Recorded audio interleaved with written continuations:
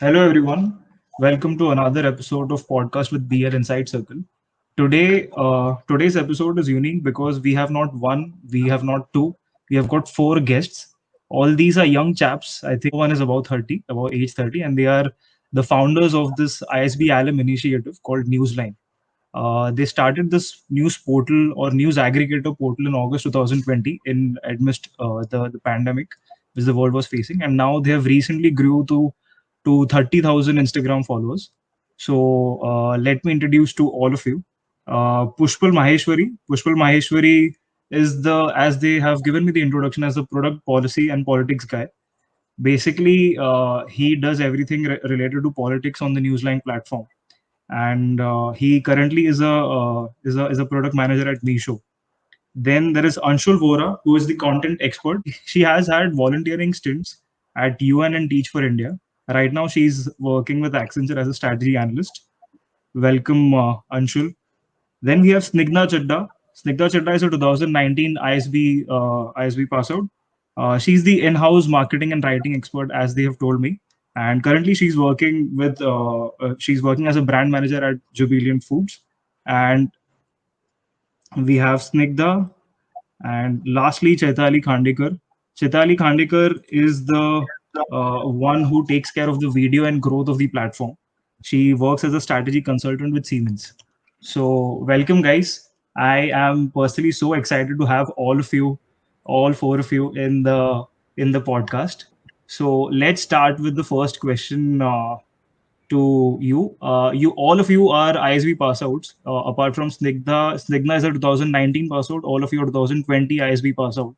So, what has been the journey after ISB, and how did this Newsline come into existence? What was the story behind Newsline? Anshul, do you want to take it? Yeah, I'll take it. Okay, so this was exactly a year back. We started this in August, and I wrote a post on LinkedIn, and Pushpal constantly writes on social media all the time. So he calls me up and he's like, "I have an idea," and that's when Newsline started. We had a view of what we wanted to do with the platform, which was we wanted to give consumable information. We wanted to give unbiased, credible information. So we had a lot of contacts in ISB, right? People who were experts in their own areas, experts in finance, experts in sustainability, and so on and so forth. We wanted to put all of them together on a platform and have that platform be like a place where you could get credible, consumable information, and most importantly, unbiased. So that's how it started. We had, I think, 3 or 4 people in the beginning, and now we're a team of 30. That's incredible. Tell me more about the post ISB or the Newsline journey, and what are the hardships as a young startup? Because all of you are doing a day job, all of you are doing this as well. So tell us about the funding part. Tell us about the initial hardships, and now because you're a startup which is already 1 year old and actually tasted good amount of success. So tell us the journey, or thoda Yeah, sa, no, maybe yeah, in I a don't deep think, way. yeah, I don't think I would call it tasted success yet. I mean, we've just gotten started. It's been just a year. I think, firstly, taking the part of the hardship. See, to be honest, I don't. I don't want to put it that way. I don't think we had a lot of hardships that way. The good part about the entire experience is that we are continuously backed by the very strong ISB community. So right from the day we started, we had a lot of backing from all our batchmates from ISB, which has been, in some sense, the reason why it all came together, right?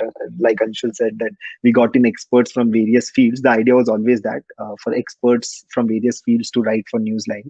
And so, yeah, not a lot of hardships per se, but of course, since we were also doing this with our day jobs, and to be honest, when we started it, we did not really know that where exactly this was going and that we'll be a startup someday.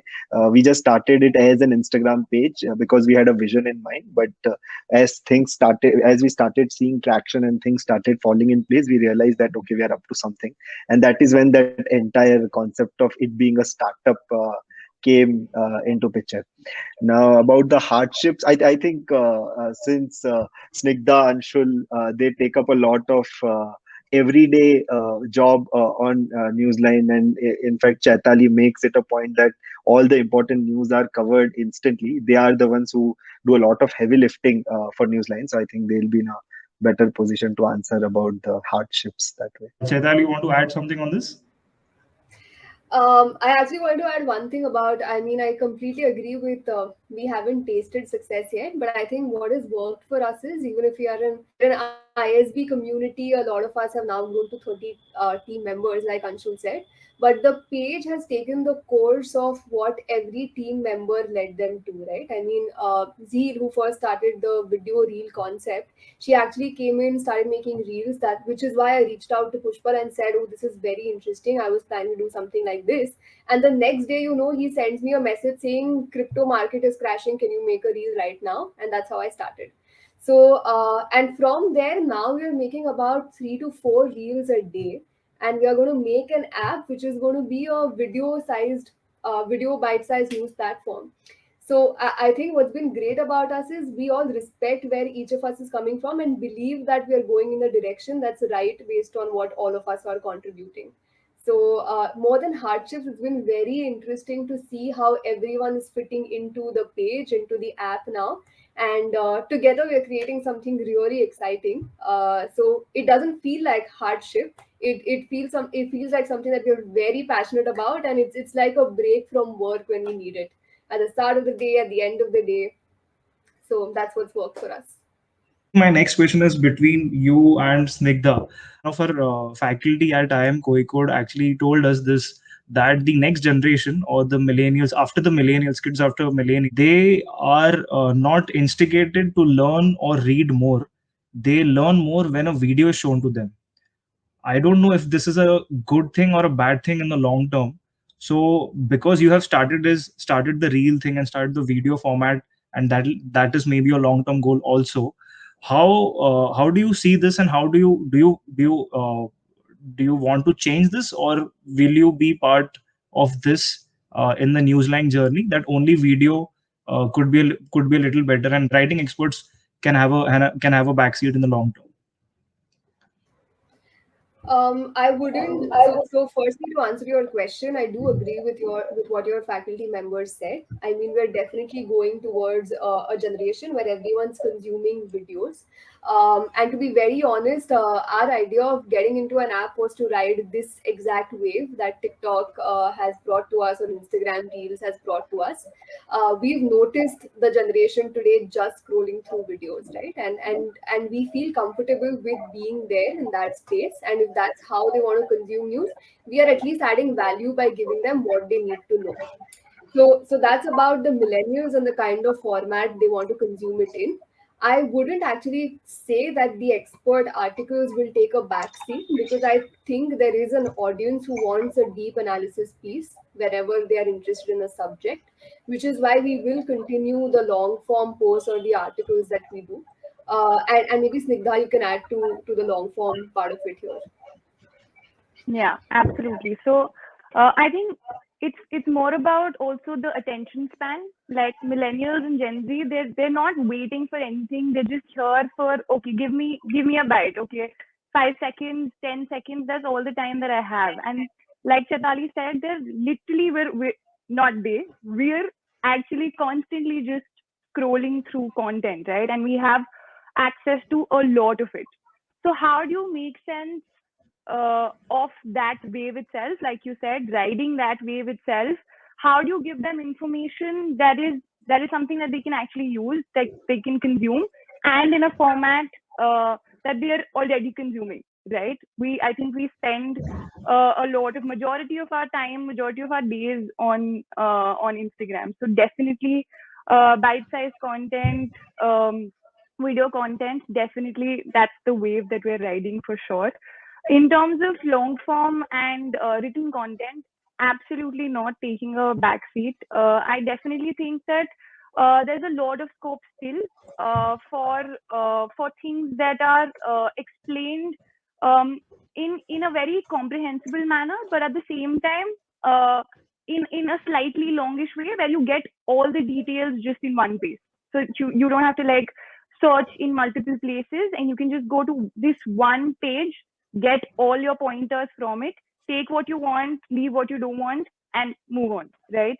So I think that's much needed, and the sort of content that we are going for, which is giving both sides to a particular topic. Basically giving unbiased content for and against for every topic.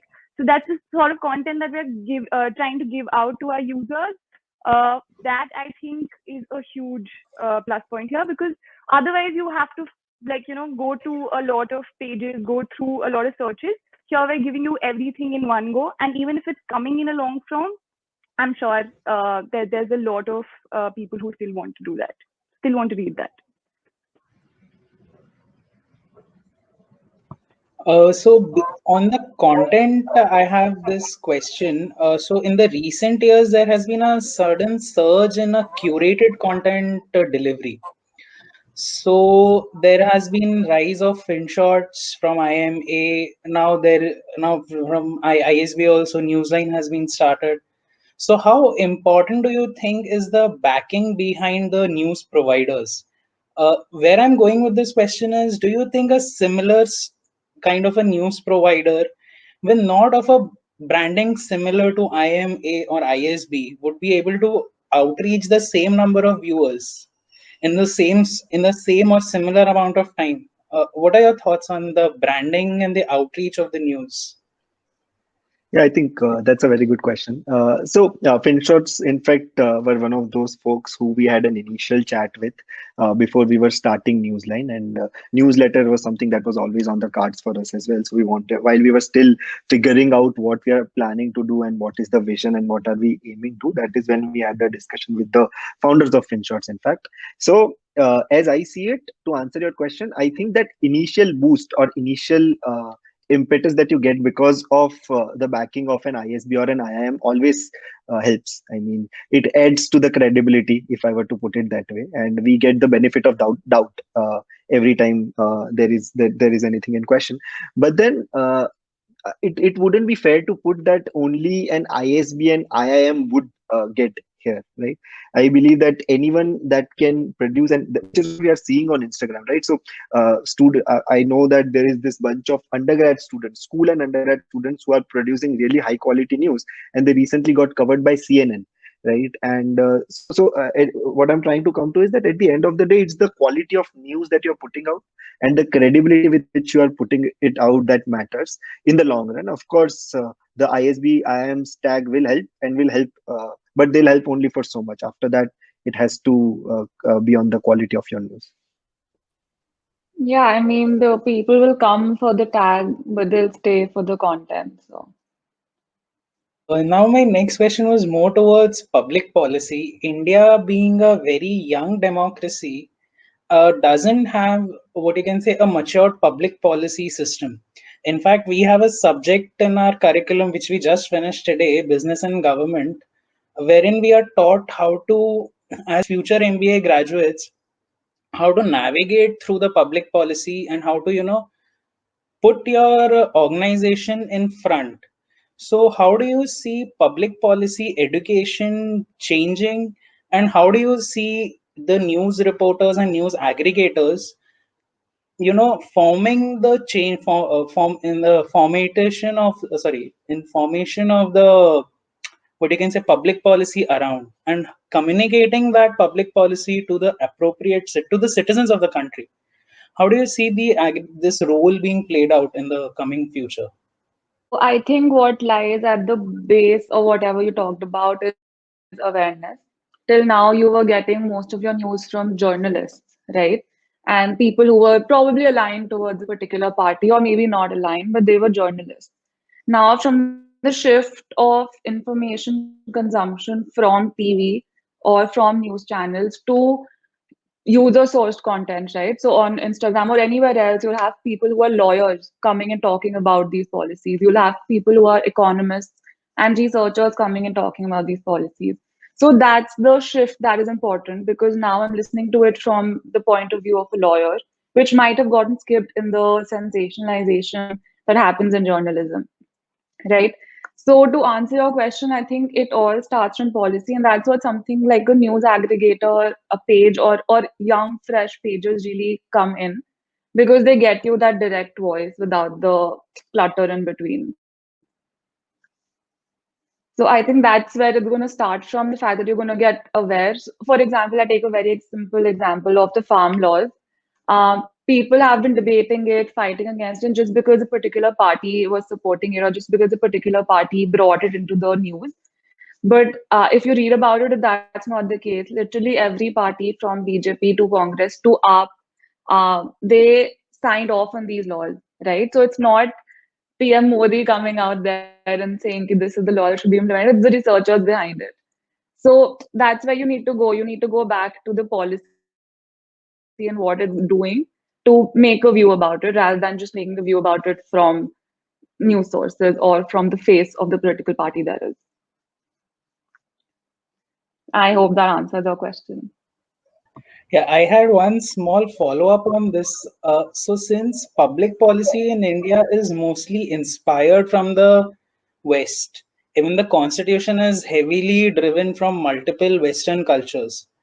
So, how do you see the public policy from the government side being, changes being implemented? I mean, not in the some in terms of being a young democracy, there's two things to public policy. One is formation, and second is delivery of that policy. Now, delivery mechanisms is one part. The one part is, how do you see the formation of this policy changes? I remember a video on the COVID response of the government authorities in the wave 2. Unfortunately, the analysis of that was by a professor from Harvard.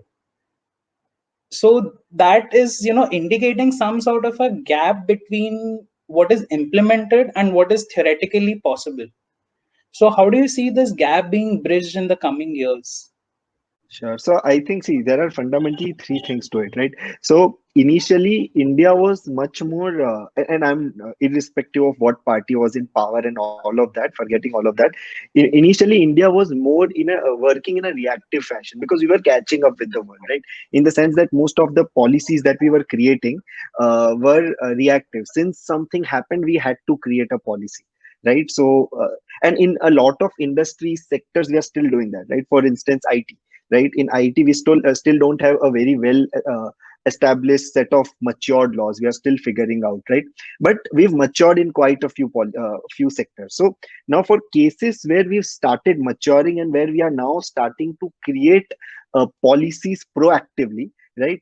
That is the next step. So one is that being reactive. Second is creating that policy proactively, and then the third is uh, being in a position where, while you are proactively creating a public policy, you also have a view or a fundamental vision on how that will be implemented, right? So for now, I mean, of course, see, there is that often that complaint, right, that, oh, the policy is created but uska implementation kaisa hoga and all of that. But I don't think India is at a state where you can where we can expect that, oh, India also creates a policy that is proactively created and also has an implementation vision at the same point in time. So I mean, we will get there. I'm saying we will get there, but we are still catching up. So we need to give that sort of benefit of, I mean, all of these years. It's just been a few years since we got independent, and since we are a developing country with a billion people to support, that gap will always be there. So I think we need to be a little bit more patient with our governments, whichever government is in power, in that aspect. So if you ask me, how is it evolving? We've become proactive in a lot of sectors. We will become proactive in other sectors, and hopefully in future, a few years down the line, and as I see it, maybe a decade down the line, we will have public policies where implementation is also a key part while ideating the policy. So I hope that answers your question. Okay. There's also Before like we a little bit of conclude, problem yeah. in there's a gap between the positioning of the policy and how it was ideated as well, right? Because all the minds behind these policies are your Niti Aayog, whatever. But that's not where the positioning to the public comes from. And I think that's a huge gap because people see it as a political affiliation or a political ideology, where most often than not it's not that. So adding to what Pushpa said, that is important. And also this is a part where we just the positioning is not right, in my opinion. That's it. Okay, I would want to ask the because me and Akshat are current MBA students, MBA graduating students from IIM Kozhikode. Every now and then we come up with an idea that we want to start something as a startup or as a let's start the entrepreneur journey. And because most of the faculty, most of the external leadership talks we have actually motivate us to do something similar to what you guys are doing. But you know how things are. You want to get out of college with an X amount of X paying job, and after that, once it starts, it's just very hard to do something else in your life. All four of you have done exactly the opposite of that. You're managing a job, and you have started this in the August 2020, year old now. A long journey. I know you don't like to call yourself a successful startup yet, but the journey is just started, and I'm sure it'll be a long journey, 5 years, 10 years, maybe. And maybe then, so what's the long term goal, and how do uh, question coming from an MBA grad to you, a current MBA grad to you, how to do this, how to just have that kind of guts and have that kind of burning desire to start with this question is open to all four of you. So I think Pushpal and Anshul will give you the right answer when it comes to how do you start. But for people like me and Snigdha who join later, stick to your alums, see the right opportunities coming up, and just join them when you feel that there's something that's happening there. So, but yeah, over to both of you guys to answer how you started. Yeah, I think it's about how strongly you feel about a particular cause. So, and often, more often than not, you see most startups that start in a certain way but then evolve into something really different, right? So, when Anshul and I were planning to start something on these lines, and it's just a page, right? We were just starting a page, so that's not a big commitment. But just like how time grew and the page grew, now like to call ourselves in a. I mean, we are in a place where we can call Newsline a startup, right? So, yeah, I think start slow. At least that's what I like to believe. We started slow. We figured out what we want to do, and now we are going to, I mean, push ourselves in that direction and see if something we can create something extremely meaningful. And to answer the question, I mean, to further add to this, I think we still do. Even we are learning on that, right? So I still feel that I've not taken that leap of faith that I could have while starting Newsline, right? I still because we're all, I mean, there's also that angle of financial safety at play, right? That you have taken a loan, you've done an MBA, so all of that it gets figured in, and maybe I'll get to the more fundamental debate of the cost of education impacting the quality of entrepreneurs we are getting out of this country. But yeah, that's a debate for some other day. So yeah, if you want to start, if you feel very passionate about something, maybe start slow, figure out the right people that can help you, and then I think, yeah, when people like Chaitali and Snigdha get along with you in the journey, it becomes easier. Completely agree with Pushpa. Like, of course, we're learning every day, and I think it just helps to have such a team with you, because like every day, it there can be different things that you're working and maybe not working out, and you have your own job, or there are other things, and you have a life in general. But it's always that this team will push you, and in very subtle ways. Nobody is telling you to work here. It's just that we see each other putting in the amount of effort each day, every day, and I think that's just inspiring. So we'll all have our days where we are maybe like, oh God, I've had too much, but then we know that the others are putting in that much more effort for that day. So you come back, right? You come right back the next day. So I think it's the team that really pushes all of us, that we keep each other up. So we keep going like that. One of the first things when one starts with reading news as a viewer also, and maybe as an editor, because all four of you are directly, indirectly an editor at Newsline, is to not react to the news in a certain way, to always be neutral. I know we had this little discussion offline, but in the long term, as in when Newsline goes bigger and bigger, I'm sure you will have a little. I don't want to call it thread, but this will come into picture, that why is this platform not supporting an X party, or not not de supporting the other party. How do you take this up, and how do you maintain this neutrality in the short term as well as long term while reacting to news? So, like you mentioned, these questions they have come up. We had unbiased in our bio ever since the beginning, and these questions have always come up. The one thing I like to explain is that when we talk about unbiased, we can't say that a particular person is unbiased. That can never be the case. No matter where you grow up, no matter what environments you've grown up in, you will have a bias in your mind, right? So there's no way that a single person can be unbiased. So how we wanted to tackle that was to have a group of people with different opinions. Just to give you a view of that, Pushpal is slightly right, I am slightly left. And when you extend that to the whole team, with 30 people, 15 of them are towards, and I don't want to talk just about political ideology. In general, half of them are skewed towards one side and half of them are skewed towards the other. So as a team, as a platform, Newsline becomes unbiased. So if you ask me to pick one post from the last 100 posts and say, okay, and ask me, is this unbiased? And I would never say that it's not, because I would never say that it is unbiased, because that's not humanly possible. But if you look at the last 100 posts, then the 50 of them would be towards one side and 50 of them would be towards the other, and that's why we are unbiased as a platform. Now we're taking that one step ahead with our new type of posts that we're covering, which is the for against post. And ideally, what that would have is a context of the situation, a for or a pros, and then a cons. So that gives you a very holistic view of the entire argument, right? And again, we want two people to collaborate on this. So that's our way of trying to ensure that even single posts become unbiased in the future. So definitely we'll have these questions. We've had these questions in the past, and we've tackled them in a similar way of trying to explain that we are unbiased as a platform. Yeah. And just to add just a small point to that, right? It also is very important that the team you are building has that sort of tolerance, right? In the sense that if we had extreme rights or extreme lefts in the team, then this would have been very difficult to do.